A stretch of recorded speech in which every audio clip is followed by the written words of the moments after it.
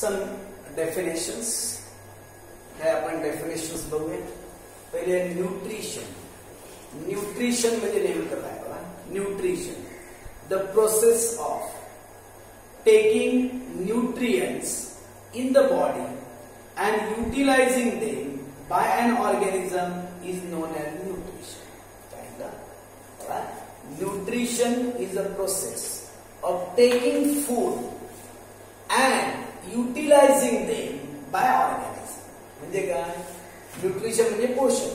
अन्न शरीरात घ्यायचं आणि त्याचं युटिलाइज करायचं म्हणजे वापर करायचा.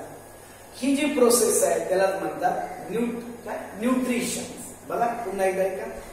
The process of taking food, the nutrients in the body and utilizing them by the organism is known as nutrition.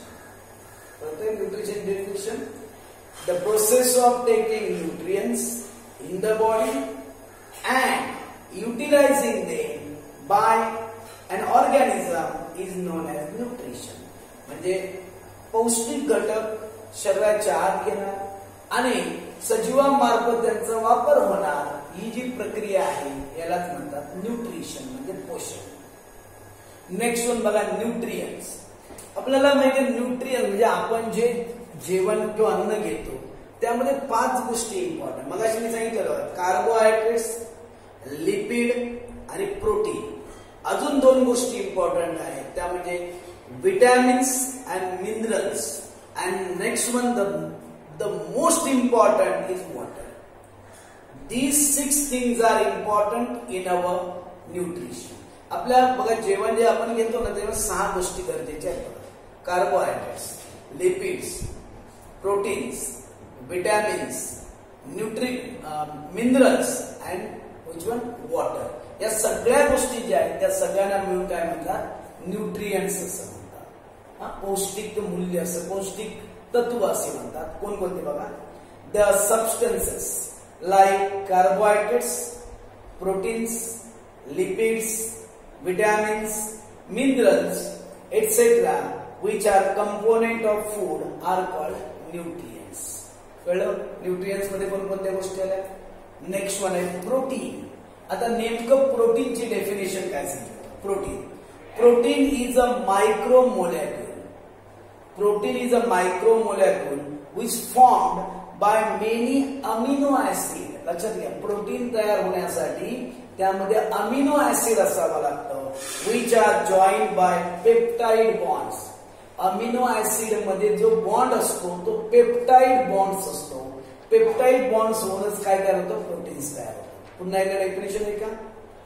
Protein is a micro molecule which is formed by many amino acids which are joined by which bond, peptide bonds.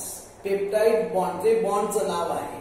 त्यामुळे amino acid पासून काय तयार झालेलं आहे, proteins म्हणजे प्रथिने तयार झालेले आहे. नेक्स्ट वन आहे बघा सेल्युलर रेस्पिरेशन. सेलच्या आतमध्ये, पेशी शरीराच्या आतमध्ये जो अगदी स्मॉलेस्ट असा पार्ट आहे सेल, त्यामध्ये जी प्रोसेस होते ती सेल्युलर रेस्पिरेशन. डेफिनेशन आहे का. Oxidation of glucose and other food component which take place.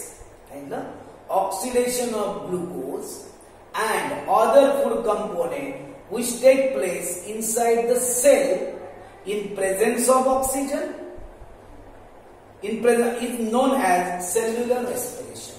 म्हणजे ऑक्सिजनच्या प्रेझेंट मध्ये जे आपण फूड न्यूट्रिएंट्स जे घेतलेले आहेत त्यांचं काय होणार, ऑक्सिडेशन होणार. या प्रोसेसला म्हणतात सेल्युलर रेस्पिरेशन. पुन्हा एकदा, oxidation of glucose and other food component which takes place inside the cell in presence of oxygen is known as cellular respiration. म्हणजे ऑक्सिजनच्या सानिध्यामध्ये आपण जे अन्न घटक घेतलेला आहे त्याचं ऑक्सिडेशन होणार, त्या प्रोसेसला म्हणतात सेल्युलर रेस्पिरेशन. एरोबिक रेस्पिरेशन बघा. Cellular respiration taking place in presence of oxygen is known as aerobic respiration. Cellular respiration which takes place in the presence of oxygen is called aerobic respiration.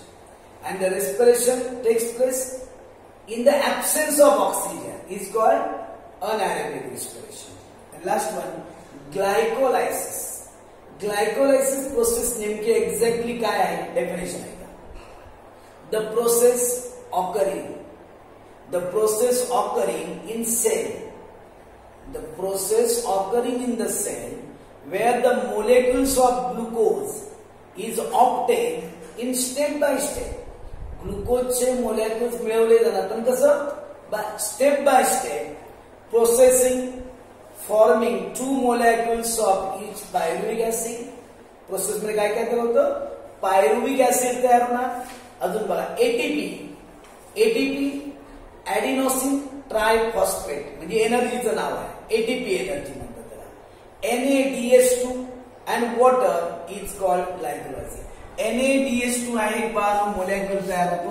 याचं नाव बघा long form बघा nicotinamide adenine dinucleotide.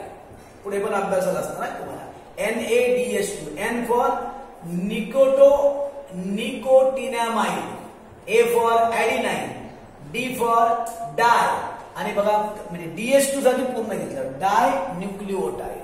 आणि अजून एक molecule आहे FADH2 त्याचं नाव असं आहे फ्लेविन. पुढे आहे तसं ऍडेनाइन डायन्यूक्लियोटाइड. हे काही मोलेक्युल्सचे नाव आहे ते लक्षात असू द्या.